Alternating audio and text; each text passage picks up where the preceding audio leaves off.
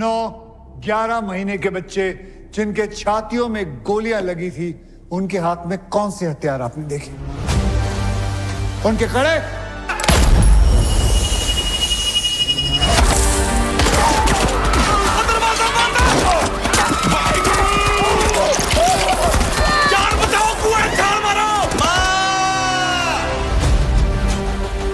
इसके बाद आप चुप कैसे?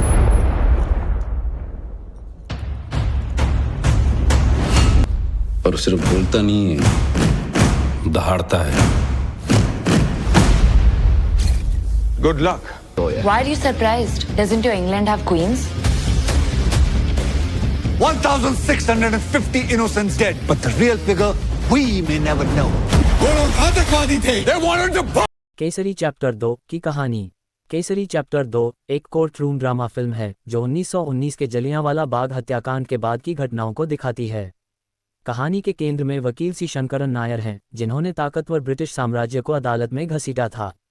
वह इस सच्चाई को उजागर करना चाहते थे कि यह हत्याकांड गलती नहीं बल्कि जानबूझकर किया गया नरसंहार था। साल 2019 में रिलीज केसरी में सारागढ़ी के युद्ध के मैदान की कहानी दिखाई गई थी, लेकिन इसके सीक्वल को डायरेक्टर करण सिंह त्यागी ने इससे बिल्कुल अलग एक पीरियड कोर्ट रूम ड्रामा में बदल दिया है। शंकरन नायर के पोते रघु पलात और पुष्पा पलात की लिखी किताब the case that shook the empire से प्रेरित इस फिल्म की कहानी करण सिंह त्यागी और अमृतपाल बिंद्रा ने लिखी है। दोनों ने अपनी कहानी के जरिए करुणा, क्रोध और रोमांच पैदा करने का काम किया है। फिल्म में जलियांवाला बाग हत्याकांड का रिक्रिएशन आपके दिल को भीतर तक छू जाता है। फिल्म देखते हुए अन्याय के खिलाफ आपका गुस्सा बढ़ता है और फिर इसके बाद की कानूनी लड़ाई आपको बांधे रखती है। हालांकि फिल्म की शुरुआत में कहानी की रफ्तार थोड़ी असमान है। खासकर शंकरन नायर, अक्षय कुमार द्वारा क्रांतिकारी कृपाल सिंह, जयप्रीत सिंह को दोषी ठहराने में मदद करने और general Reginald Dyer, Simon Paisley Day के खिलाफ मुकदमेबाजी के दौरान। लेकिन कहानी का आकर्षण तब चरम पर पहुंचता है जब उनका सामना एंग्लो इंडियन वकील नेविल मैकिनले आर माधवन जैसे भयंकर प्रतिद्वंद्वी से होता है।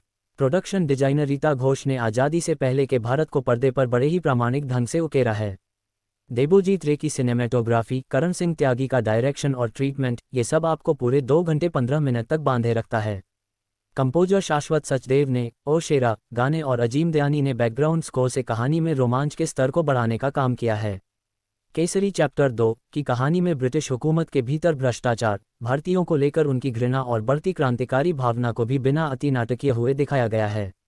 हालांकि शंकरन नायर का क्राउन के प्रति वफादार होने और एक राष्ट्रवादी में बदलने को दिखाने में मेकर्स ने जरा जल्दबाजी जरूर की है।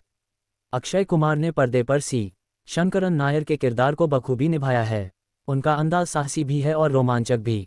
दूसरी ओर आर माधवन भी उतने ही दमदार हैं। उन्होंने गजब की इंटेंस एक्टिंग की है। शंकरन की साथी वकील दिलरीत गिल और इस कानूनी लड़ाई में उत्प्रेरक की भूमिका में अनन्या पांडे भी प्रभावशाली लगी हैं। वह अपने किरदार में सच्चाई और घबराहट दोनों का बेहतरीन मिश्रण लेकर आती हैं।